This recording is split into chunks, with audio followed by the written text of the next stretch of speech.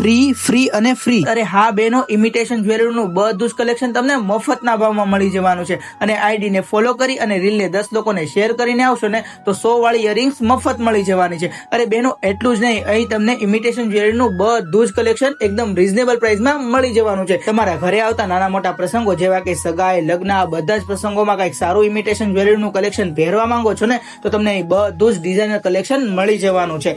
અહીંયા તમને લગ્નમાં પહેરવા માટે અવનવી ડિઝાઇનમાં જોડાનું કલેક્શન મળી જવાનું છે. સાથે સાથે તમને બ્રેસલેટમાં પણ અવનવી વેરાયટી જોવા મળી જવાની છે. જે આખા સુરતમાં આ ટાઈપના બ્રેસલેટ તમને બીજે ક્યાંય પણ જોવા નહીં મળે.